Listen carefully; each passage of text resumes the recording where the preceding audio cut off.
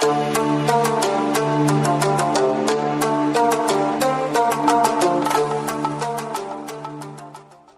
کا ٹاپک ہے نشان حیدر۔ نشان حیدر کیا ہے، یہ کن کو ملتا ہے اور کس کس نے حاصل کیا ہے؟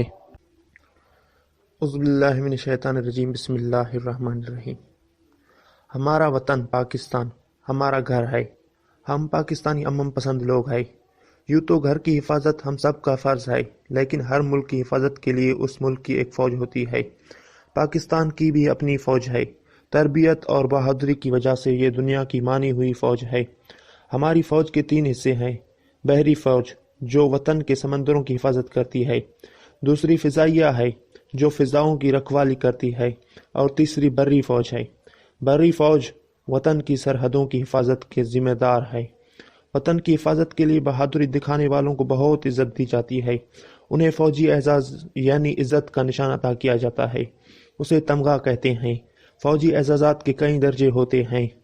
پاکستانی فوج کے لیے سب سے بڑا اعزاز نشان حیدر ہے۔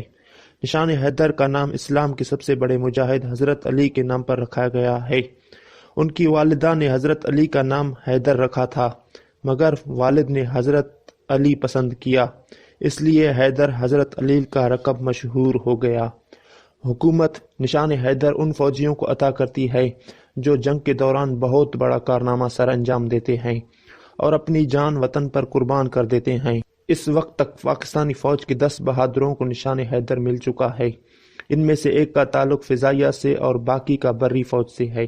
نشان حیدر 5 کونوں والا ستارہ ہے جو اس دھات سے تیار کیا گیا ہے جس سے توپیں بنائی جاتی ہے۔ اس کے درمیان میں چاند ستارہ بنا ہوا ہے اور اوپر والے حصے پر نشان حیدر لکھا ہوا ہے۔ اس کا ربن 1.5 انچ چوڑے سبز ریشم کا ہے۔ ستارے کے پیچھے اعزاز پانے والے بہادر کا نام اور فوجی نمبر لکھا جاتا ہے، ساتھ ہی مقام شہادت اور تاریخ شہادت بھی لکھی جاتی ہے۔ نشان حیدر پانے والے شہداء کے بیوی بچوں کو 75 ایکڑ زرعی زمین بھی عطا کی جاتی ہے۔